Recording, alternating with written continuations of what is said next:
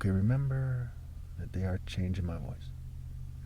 Now, so somebody asked me,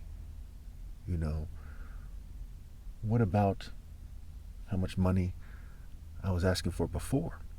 Okay, when I said, okay, that because they kept messing around, that I'm going to raise it to $350,000 a year.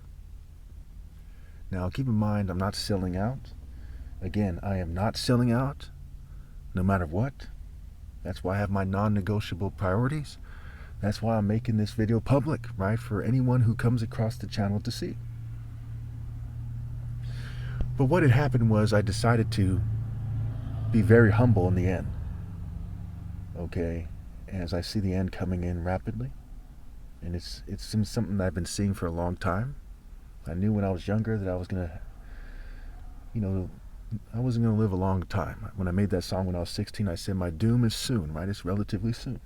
And over the years, I've thought that it was going to come a little bit quicker than it appears that it is going to come. But it is going to come quickly one way or another. I can't be clear enough about that. The end is going to come in a timely fashion. And it's going to justify this video. So basically when it comes to how much money per year that they should pay me, right? So in other words, in order for me to, we'll say, stay in America, okay, in order for me to not leave one way or another, they would have to, have a suitable helper for me, okay? They would have to stop gang stalking me. They'd have to pay me what they owe. They've crippled me, they've blinded me, what have you. And then I decided, hey, we'll just make it a certain amount of money at one point. I think I started with $100,000, in fact, and then I worked my way up as they kept harassing me. I said, well, then in that case, it's $200. Well, congratulations, now $250. And I think I worked my way up to $350,000 a year. And then I decided to do something perhaps I shouldn't, which I said, okay, it's going to be $100,000 a year instead. Since they harassed me and they insulted my dead grandmother and did a lot of things on the day of Trump's inauguration, where he brought up Martin Luther King Day, I decided, okay, in that case, I'm going to raise it some more. And they kept harassing me, so now we're at $450,000 where it will remain. Okay, it will take a lot for me to even consider lowering that amount of money. And we have, I believe the deadline is February 8th.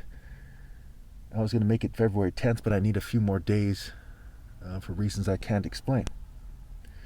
So it's looking like I'll be out of America one way or another by February 8th. So that's where it stands now, okay? These drastic measures have to be taken because of what they're doing and other factors that I have to consider. It makes more sense than you think it does. There's some things that I don't want to say on camera because there's a bunch of crazy people who are trying to play me out as crazy and things of that nature. So now, some of you might ask, well, why should they pay you to stay? Look at it like this. There's over 50 million millionaires and billionaires in the world. Like 22.5 million of them live here in America. And if they just paid $1 each, that's $50 million, right? That's more money than I'm asking for. And they owe me like a lot more money than that. There's one female who's harassed by Bill O'Reilly. She got paid like $32 million. Some child who the media had embarrassed, okay, by saying that he's racist, when he did acts that a lot of people would consider racist acts. He ended up getting like $200 million from like CNN or some news company like that. What I'm asking for isn't that much. If I was asking for $500,000 a year and say I died in 30 years, it's only $15 million. Not asking for lump sum payments per se, but money that will allow me to proceed in dignity. In my life as a brain surgeon's son, I've lived like a lower middle class person. I used to get dropped off at the park, wearing scuzzy clothes. I spent maybe, initially maybe $100 a week on marijuana, and that's it, right? I didn't really spend money on many other things. I buy stuff off the dollar menu as a brain surgeon's son. They sabotaged my family. And my dad would spend like $10,000 a month on horses for years and years and years and years, for decades. Like 2 decades or something, and some other years. And then a little less than that leading up to it. A little less than that in recent years, a lot less than that in recent years. But overall, he spent well over $1 million on horses because the government, set the stage for him to do so. And he's not the type of person to admit something like that. He's the type of person who tries to keep, that a secret. But I think that it's more important for me to tell that story than to kind of not offend him or anyone else by telling that story. So the government, in its extreme kind of child molester run state, cracks down on people. They like to try to give LGBT people, whites, Jews, crypto Jews the upper hand and try to make them seem like they're important, like Scarface or something, right? Some Jewish-looking person, Bill Gates-looking person, right? We see him these days. You see him in the rap videos. You see him in politics. You see him at Trump's inauguration. Looks like a bunch of Jews there, right?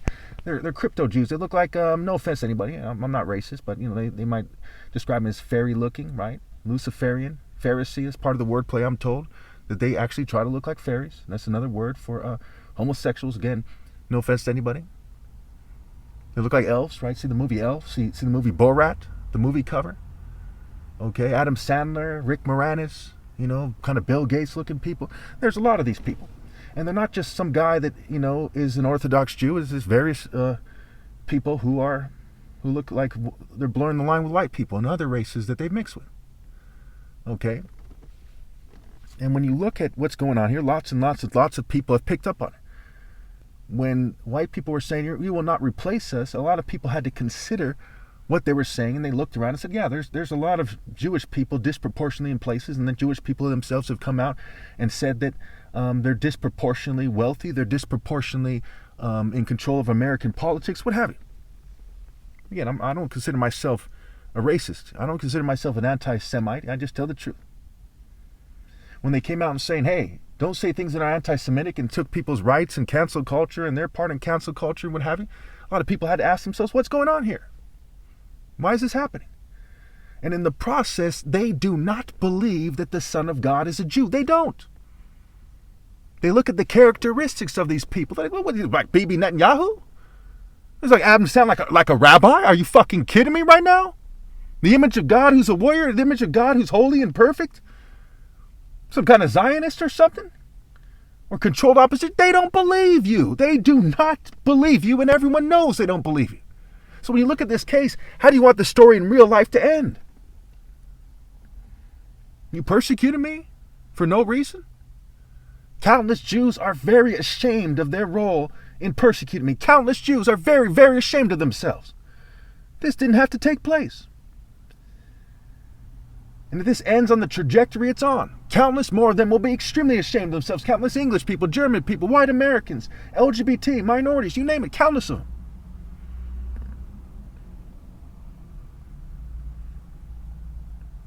Is that something that you can, tell your offspring and be proud of? We see in Matthew 27, I want to say it's 27, verse 25. It says, his blood on us and our children. You think the majority of whites, Jews, LGBT, or rich people, or Americans, or whatever, would want to come out and say, yeah, finish him off. And let his blood be on us and our children. What better gift in reality? In reality.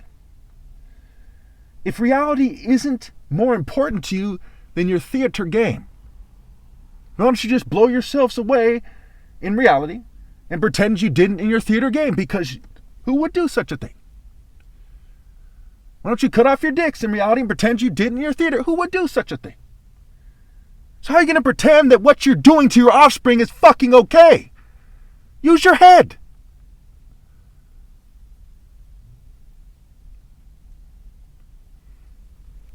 So when we look at the situation, we say, okay, what should they do? Should they set the stage for me to have to leave the country one way or another and wind up dead one way or another? That's usually where it goes, right? CIA kills me, whatever. They drive me insane. I kill myself or whatever. Sure, they set the stage for that because that's where it goes. Or should they admit, like if law enforcement is listening to this, they admit that 22 witnesses means it's no way to pretend that I'm crazy. I am being persecuted. I mean, I have a right to take drastic measures, like leaving the country. It's not something a crazy person would do. If you're persecuted and they're trying to make you broke and trying to, get you to kill yourself, they're poisoning you and fuming you every day, and the police won't help you, Justice Department won't help you, they won't compensate you. What do? You leave that country one way or another. On a boat, in a plane, on a fucking bicycle, walk out. You're better off leaving a fucking casket than staying in that piece of shit country that's torturing you every day. 22 witnesses. Again, 22 on record. Like I said, I can give you a link to the playlist. Witnesses to fumes, poisons, stalking me, you name it. Every major aspect I can think of, even the most controversial aspects I've mentioned, I have witnesses to that.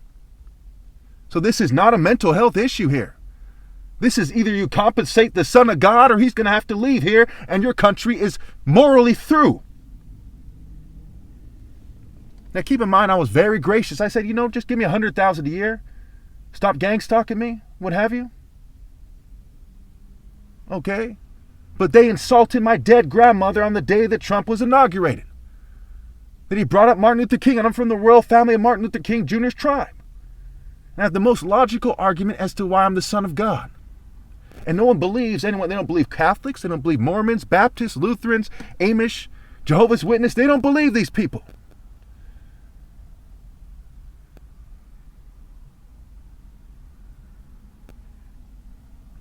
So what should be done? What is a responsible decision that can be made by the rich white Jew and LGBT stakeholders, token minorities, whoever it may concern, is to immediately stop persecuting me, compensate me, and to stop telling females to shun me. Because I will not proceed in this country a day after February 8th without my dignity, because at some point we're going to see that it's not dignified to proceed. I'll be too poisoned, too sabotaged, too financially sabotaged to do God justice. That is a sound moral decision, not the decision of a crazy person. They have no viable counter. I've gone in person and I've interviewed these people. They have no counter argument on the internet, in person. I've talked to mental health professionals. They have no counter argument. I've had a mental health professional go on record, or someone who has a degree in psychology, and say there's nothing wrong with me. Someone I've known for a long time said I'm the most normal person they know. I have established, and I had the foresight and the insight to establish that there are people who disagree with whatever mental health goons the government would bring forward and say, I think there's something wrong with him. And I have 22 witnesses. I had the foresight to get them on record. To ignore that is extreme injustice. And I'd have no choice but to bring an extreme lawsuit against anyone who would ignore these facts.